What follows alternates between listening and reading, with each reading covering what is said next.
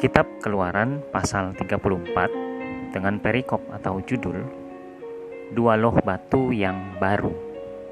Pasal ke-34 ayat ke-1, berfirmanlah Tuhan kepada Musa, "Ahatlah dua loh batu sama dengan yang mula-mula, maka aku akan menulis pada loh itu segala firman yang ada pada loh yang mula-mula yang telah kau pecahkan."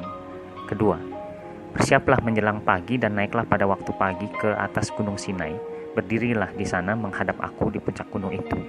Ketiga, tetapi janganlah ada seorang pun yang naik bersama-sama dengan engkau, dan juga seorang pun tidak boleh kelihatan di seluruh gunung itu.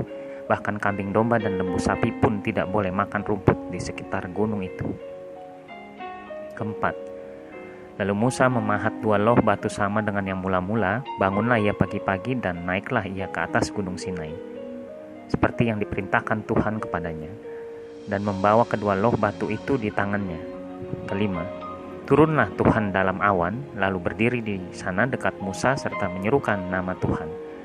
Keenam, berjalanlah Tuhan lewat dari depannya dan berseru, "Tuhan, Tuhan, Allah penyayang dan pengasih, panjang sabar, berlimpah kasihnya dan setianya."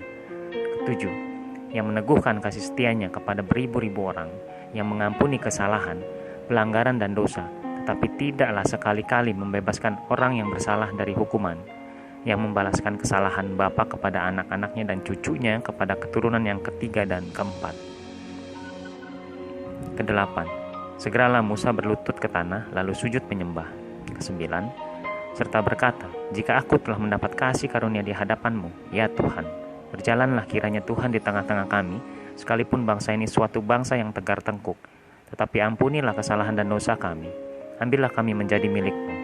Kesepuluh, firman-Nya, "Sungguh, aku mengadakan suatu perjanjian, di depan seluruh bangsa-Mu ini akan kulakukan perbuatan-perbuatan yang ajaib, seperti yang belum pernah dijadikan di seluruh bumi di antara segala bangsa.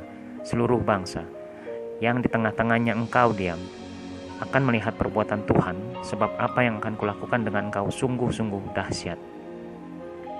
Kesebelas, tetapi engkau berpeganglah pada yang kuperintahkan kepadamu pada hari ini. Lihat, aku akan menghalau dari depanmu orang Amori, orang Kanaan, orang Het, orang Feris, orang Hewi, dan orang Yebus. Ke-12, berawas-awaslah, janganlah kau adakan perjanjian dengan penduduk negeri yang kau datangi itu, supaya jangan mereka menjadi jerat bagimu di tengah-tengahmu.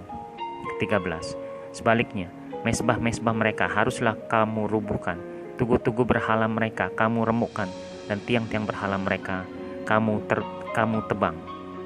Ke-14, sebab janganlah engkau sujud menyembah kepada Allah lain, karena Tuhan yang namanya cemburuan adalah Allah yang cemburu.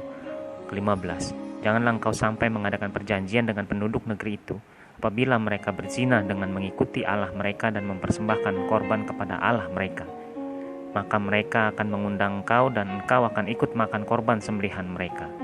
Ke-16, apabila engkau mengambil anak-anak perempuan mereka menjadi istri anak-anakmu, dan anak-anak perempuan itu akan berzina dengan mengikuti Allah mereka, maka mereka akan membujuk juga anak-anakmu laki-laki untuk berzina dengan mengikuti Allah mereka. Ke-17, janganlah kau buat bagimu Allah tuangan. Ke-18, hari raya roti tidak beragi haruslah kau pelihara. 7 hari lamanya engkau harus makan roti yang tidak beragi, seperti yang kuperintahkan kepadamu, pada waktu yang ditetapkan dalam bulan Abib, sebab dalam bulan Abib itulah engkau keluar dari Mesir. Ke-19, segala apa yang lahir terdahulu dari kandungan, akulah yang empunya, juga segala ternakmu yang jantan, anak yang lahir terdahulu dari lembu atau domba. Ke-20, tetapi anak yang lahir terdahulu dari keledai haruslah kau tebus dengan seekor domba.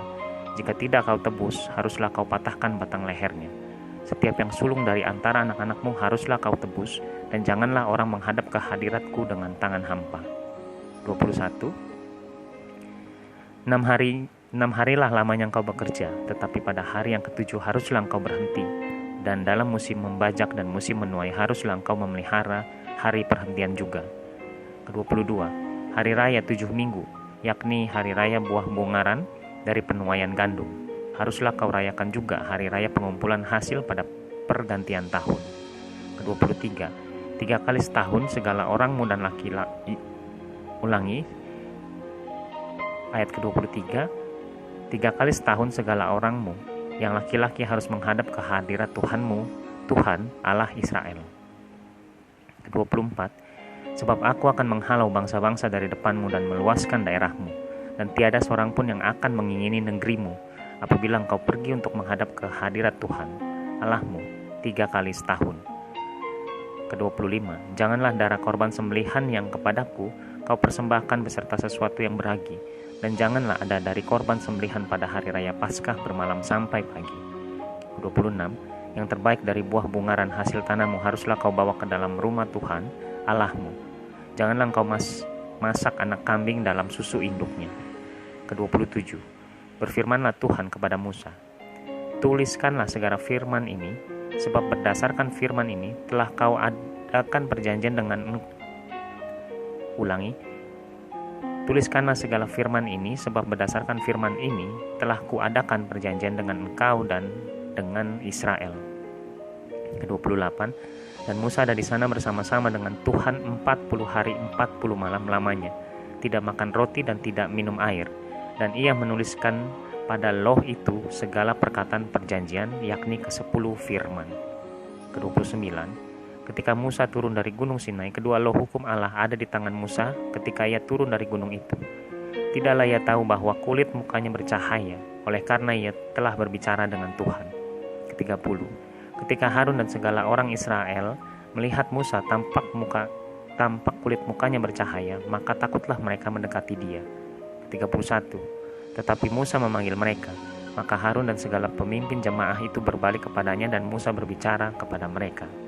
Ke-32, sesudah itu mendekatlah segala orang Israel, lalu disampaikannya lah kepada mereka segala perintah yang diucapkan Tuhan kepadanya di atas gunung Sinai. Ke-33, setelah Musa selesai berbicara dengan mereka, diselubunginya lah mukanya. Ke-34, tetapi apabila Musa masuk menghadap Tuhan untuk berbicara dengan dia, ditanggalkannya lah selubung itu sampai ia keluar. Dan apabila ia keluar, dikatakannya lah kepada orang Israel apa yang diperintahkan kepadanya. Ke-35, apabila orang Israel melihat muka Musa, bahwa kulit muka Musa bercahaya, maka Musa menyelubungi mukanya kembali sampai ia masuk menghadap untuk berbicara dengan Tuhan.